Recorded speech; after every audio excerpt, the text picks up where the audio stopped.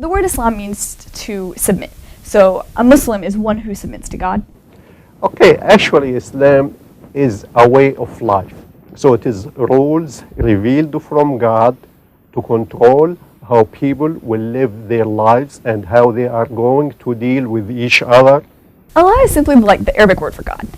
People think that it's like something completely different, but I mean, if you're looking at a Bible written in Arabic, the word for God is going to be Allah, just because that's the way you say it. In Islam, there are 99 names for God.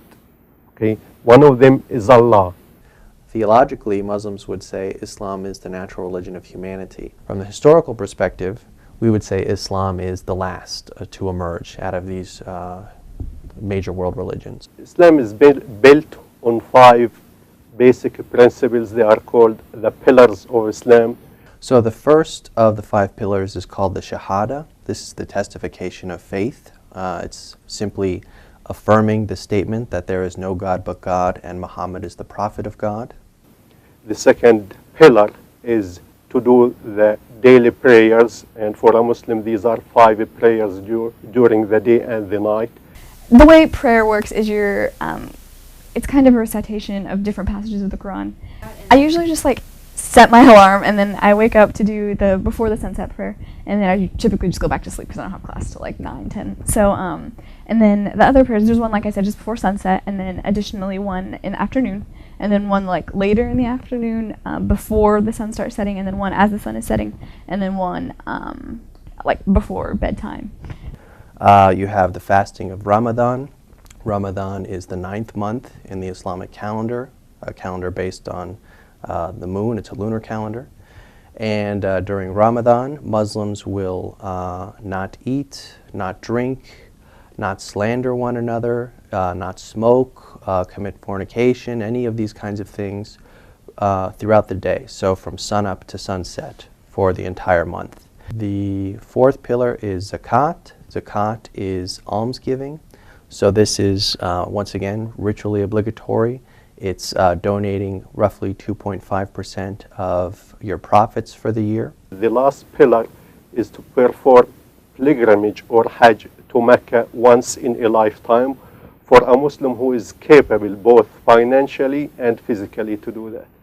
Mecca has a special significance because there you have the Kaaba, described in the Quran as Bayt Allah, or the house of God.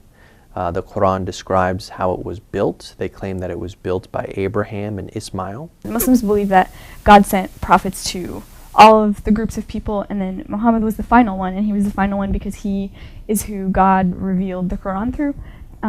It was revealed to the prophet through Angel Gabriel. The Quran is the sacred book for Muslims, and of course it is treated as the word of God. To me, I feel like the Quran is kind of it's like MapQuest, because it gives you direction kind of in any aspect of your life. You can always find something, you can always find some sort of guidance there.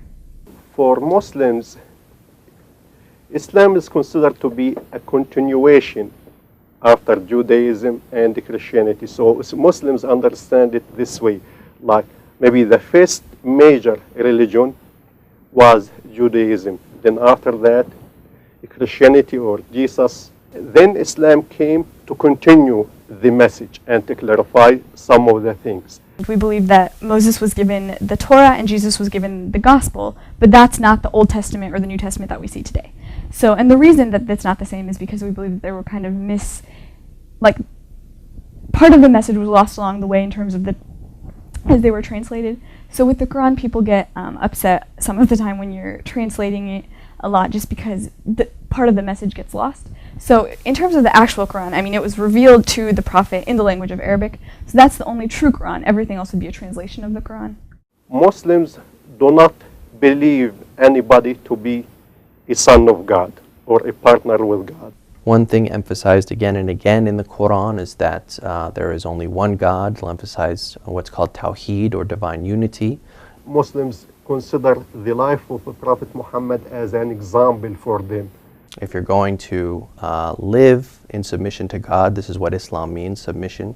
You're going to follow the rules for human life that God has established, and these are articulated in the Sharia.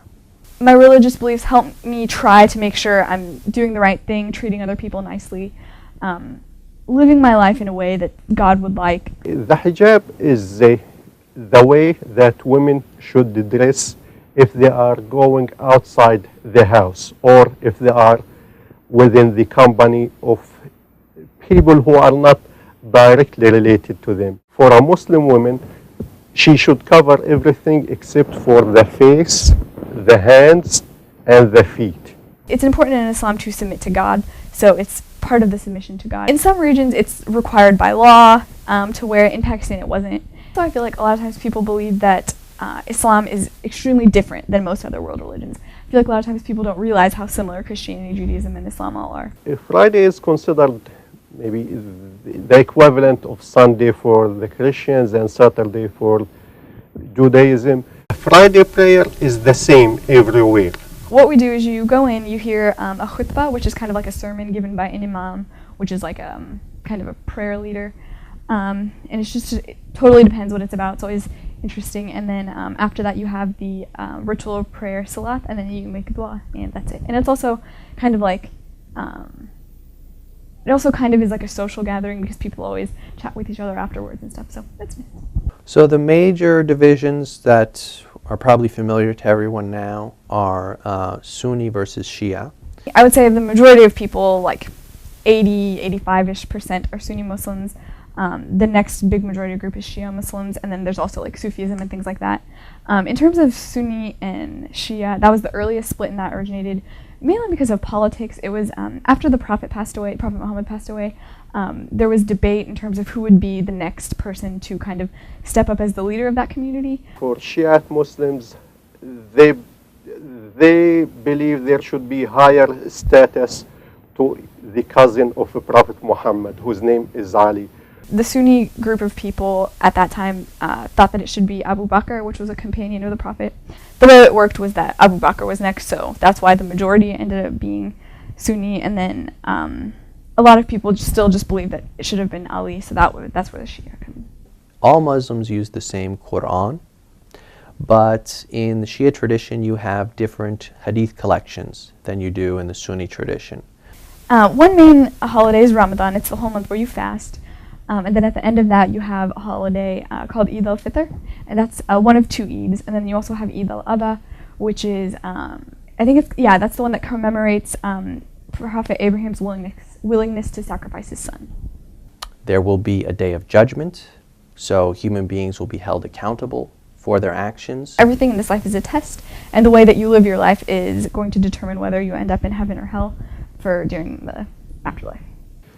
I think it is important for everybody to know about the different religions.